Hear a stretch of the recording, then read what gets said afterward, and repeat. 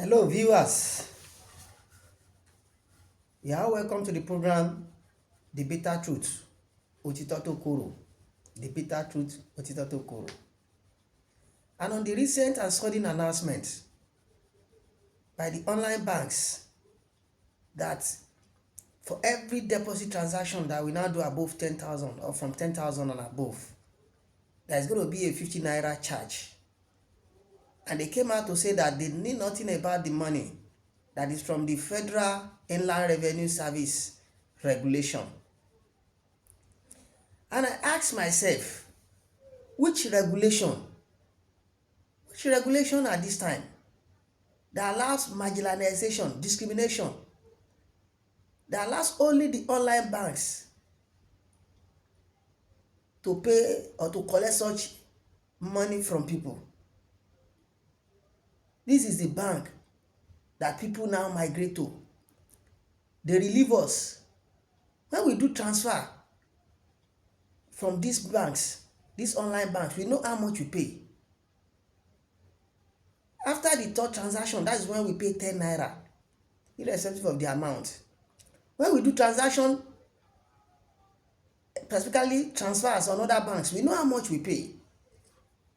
Some they collect 20, 50, depending on the transaction amount that you do.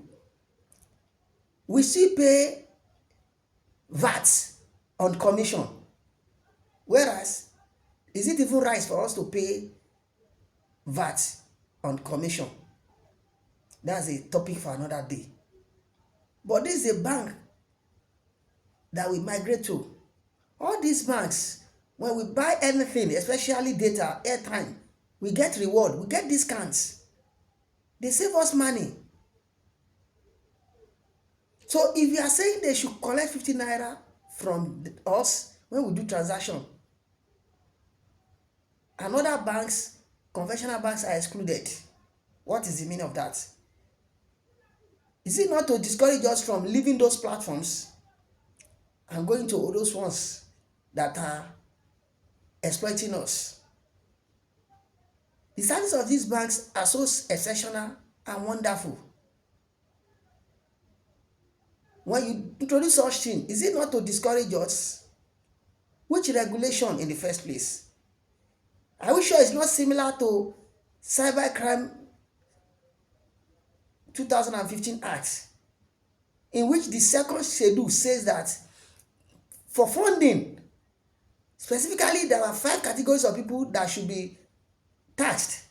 But at that time of implementation, they implemented it on all Nigerians until we shouted. The act, the second schedule says that only GSM operators, telecoms operators, insurance, banks and other financial institutions, the stock exchange, internet service providers, ISPs, those are the 5 categories of people that should pay that money. It should not concern consumers, but it was transferred to us. Are we sure the same thing has not repeated itself? You need to let us know the regulation, because I've checked this Federal Inland Service Regulation Act and I didn't see anywhere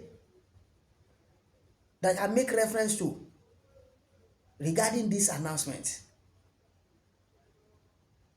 So if it's not a misapplication of a regulatory expectation, are we sure it is not to discourage us from patronizing these banks?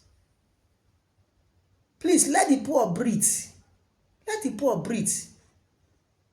And if we don't revert this, we should be expecting suit, many legal suit in the recent days, because this is a wrong time to do all those things.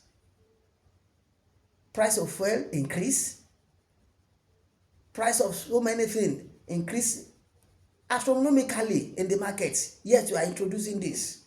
So be expecting so many suits in the next coming days. We are not going to run for anybody. Nobody is going to jackpot for anybody. You should continue to make Nigeria livable, not unlivable. So I need people to follow us on Twitter. at bitter truth 348. Bitter truth 348. Our YouTube channel on the bitter truth say, the bitter truth say, and on TikTok, the bitter truth say, on Instagram, the bitter truth say. For the next episode. Thank you.